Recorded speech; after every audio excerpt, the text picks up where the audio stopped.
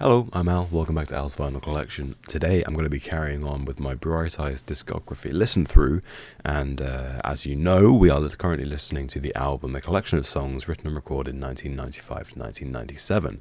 So last video I listened to The Invisible Gardener, which was an instrumental, and today I'm going to be starting off the whole 2 songs per video thing. So we're going to be listening today to both Patient Hope in New Snow and Saturday as Usual. Now, before I listen to this, I've been told now by numerous people that this album is quite hard to listen to, even for big fans. So I'm going to listen to it, but I will say, I feel a bit nervous when people say, oh, it's hard to listen to. If it gets to a point where like I'm really not enjoying the album, I might skip the album. If there's a track and I'm like, okay, I really don't enjoy it, because I've heard that obviously the stuff after this is, and I've looked at the other albums as well, and they follow a very regular album format, let's say. So this album so far is 20 tracks, and I've been told that it's just a collection of songs written at recorded at that time when he was a kid, just thrown in to an album. Whereas the other albums are, I've heard, more musical, and I guess like a regular album, let's say.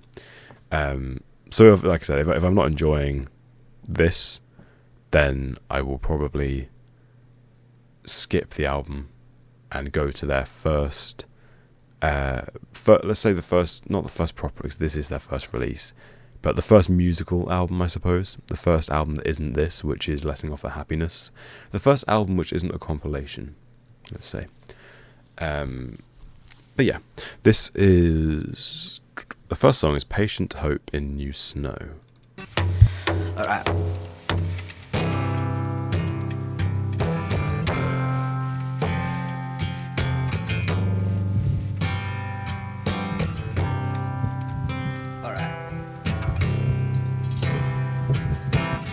You can hear the youth in his voice there.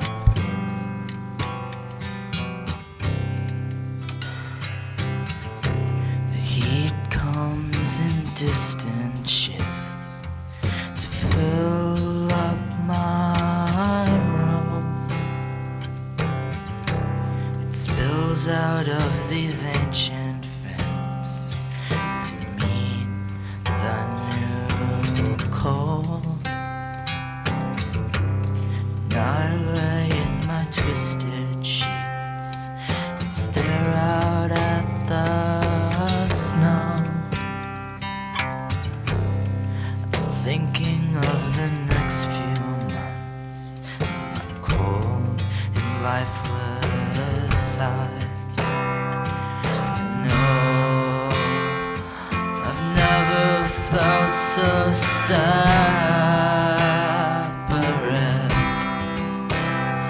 There's you, that's so obvious. So just say it is hopeless, and I know this. That's why I can't dream. No desire or circumstance keeps it from me. Just gonna quickly pause it here. I don't want this to come off the wrong way. His voice is very, very different to the stuff I've heard. I've liked his voice in the stuff I've heard. This is at the start. You can hear that he's younger. There is less control over his voice, but this chorus is a little bit grating in the nicest way. I don't want to kind of slate it. I think the lyrics are amazing. It's beautiful poetry. He's an amazing songwriter, but so far it's very kind of, it reminds me very much of that like 90s 2000s emo, which I'm not really a fan of, like kind of, you know, like Blink 182 kind of stuff like that. And there's like a very generic emo accent. I think like you can kind of you can put on this emo accent and you sing a song to someone and they would immediately say, well, that's like Blink 182, or you know, it's like Sum 41 kind of bands like that. Although I do enjoy Sum 41, actually saying that, but it is quite. I'm not a huge fan of the vocals in this song. I'll say that at least. A circumstance keeps it from me.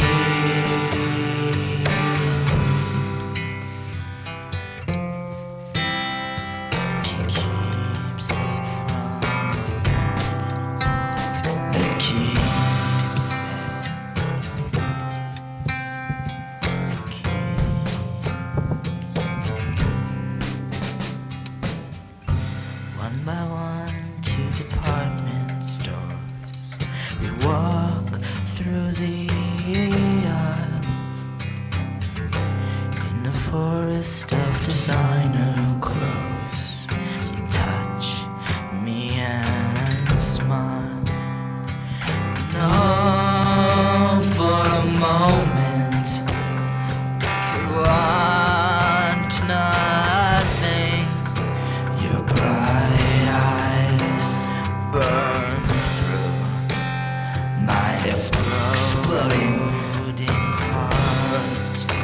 So we stand as the shoppers pass us, and for once I can feel the touch completely.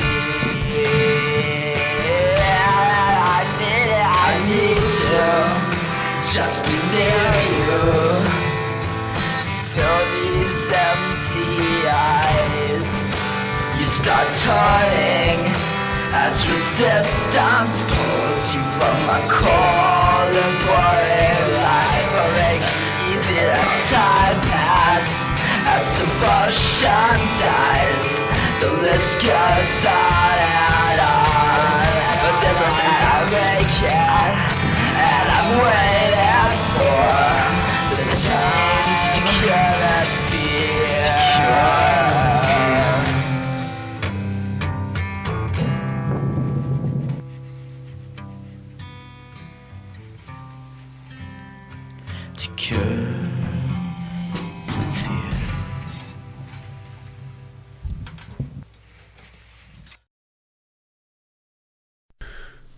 Okay.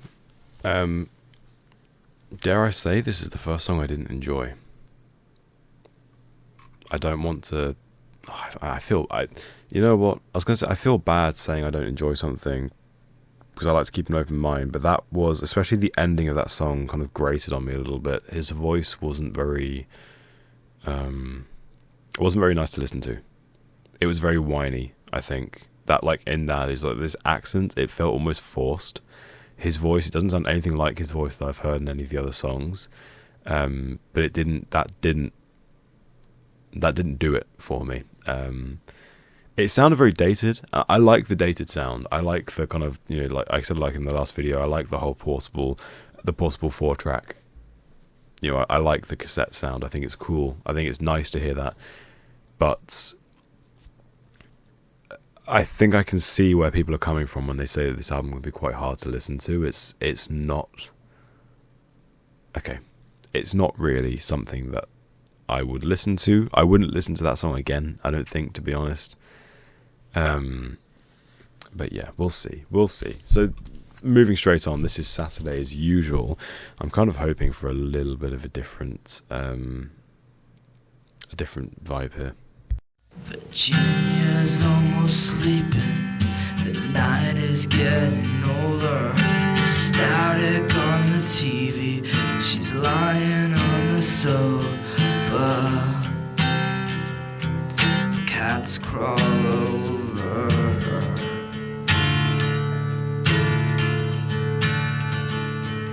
Jenny's in the garage. She's got the car in neutral. She rolls it out so quietly. It's Saturday as usual.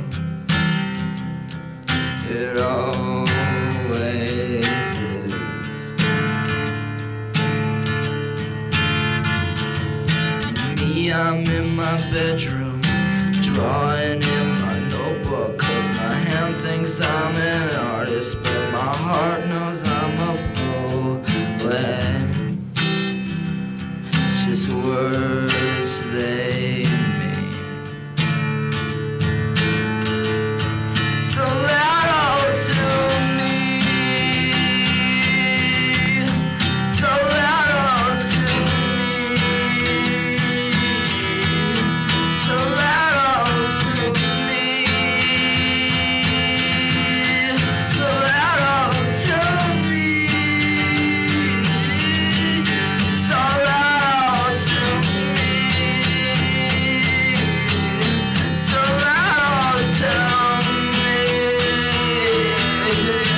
so loud to me.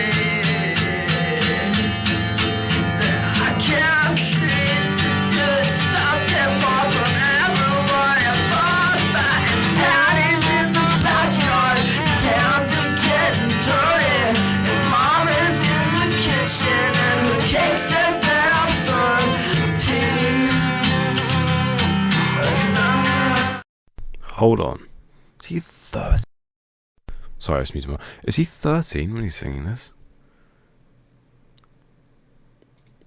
Interesting. And her cake says that I'm 13. Another year.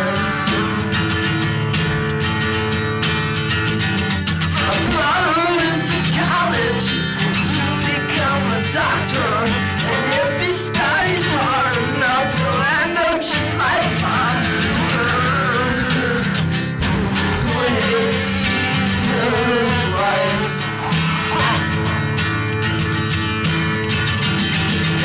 I'm in the bathroom, crying out my eyelids, 'cause it's hard to be around when you're scared, just like a little kid. Words become allowed to mean, allowed to mean, allowed to mean, allowed to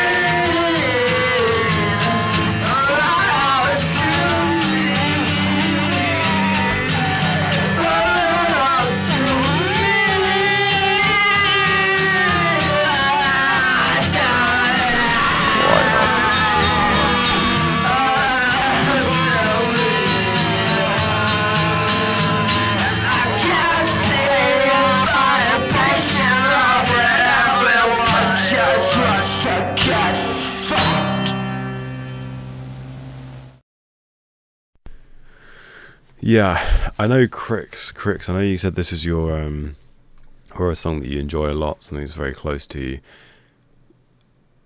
That was a very rough listen. I think I'm gonna give one more song on this album a shot. That's the next one.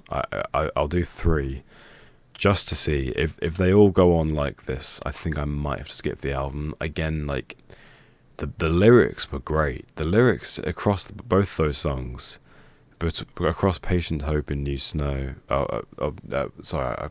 Hang on. Let me check that was. Yeah, Patient Hope and New Snow and Saturday as usual. The lyrics, they're poetry. You know, they're amazing lyrics, but the vocals just sound a little too unhinged and a little too kind of whiny and grating to listen to for me. I think it's really hard to say. I've never kind of had a negative reaction to something, but I don't want to lie to you. That especially, you know, that song was quite tough to listen to, so I'm gonna give one more song from the album a go, and if the song's like it, I think I might have to make the decision to skip it, maybe come back to it later. But yeah, so this song, I didn't plan on doing this one, but this is called Falling Out of Love at this volume, That's a really cool name, actually. I like that. I'm hoping it's different, to be honest.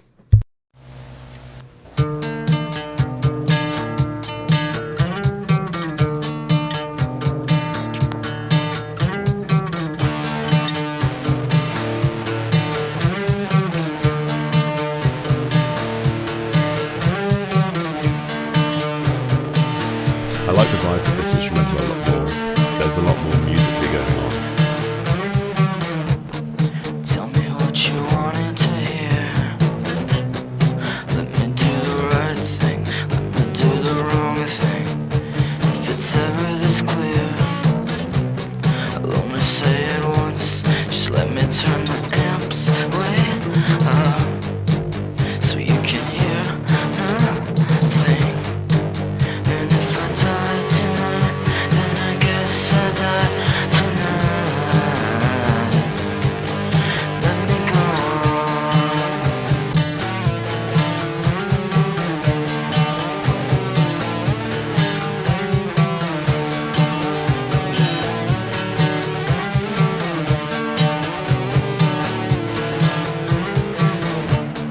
Just say what you wanted to say. Can't stand these talks, dear. They only get nowhere. Never resolved. Only run around. Only tell me anyone could be just like me. If it's a different time and a different place to be, you would go.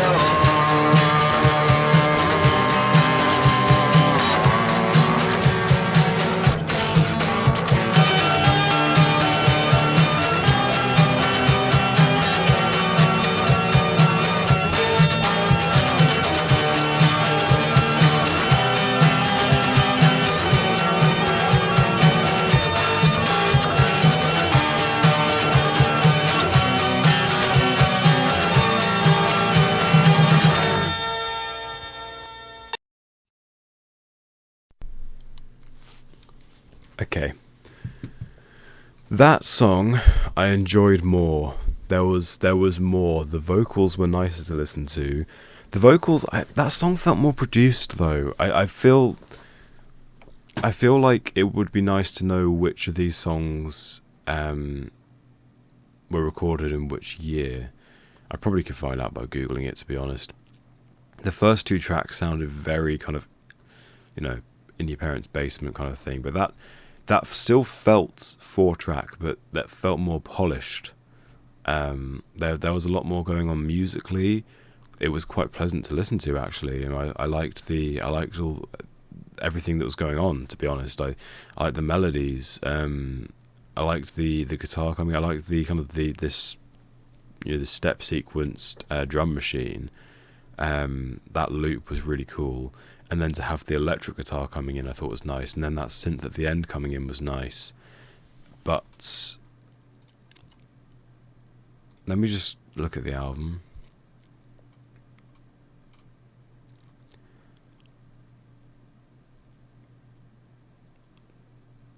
I think I might have to make the decision here to skip this album. It's easy to look at Falling Out of Love at this volume and have it being the most recent song I've listened to and think, yeah, that was really cool. They're all going to be like that. When songs 2 and 3 were hard to listen to, the lyrics are great. Again, they're poetic and they're great, but they are also difficult. The vocals were quite grating. And I feel bad saying that because I've loved every other song that's not been on this album that I've listened to. I've loved to the point where I've added them to playlists. I've listened to the First Day of My Life, I Believe in Symmetry, Easy Lucky Free, and Hot Car in the Sun. They're all on my main playlist right now. But those two songs, Saturday's Usual and Patient Hope in New Snow, were just very difficult to listen to, and I can't really.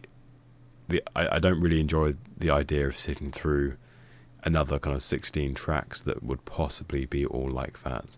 I think it might be best if I go to their next album and I think that's Letting Off the Happiness. So just start there and then maybe come back to this album at the very end. I do know through doing research and looking on Spotify that they have done these let me find them. These companions, a companion. So if I look at their EPs, they've done one for all of these albums. They have done one for this album. So I've only listened to one song that's on this companion then, which is Falling Out of Love at this volume, which I will listen to. I'll do these companions at a separate time, probably at the very end of this. I'll probably, because they're the most recent releases I can see, so I'll listen to those then.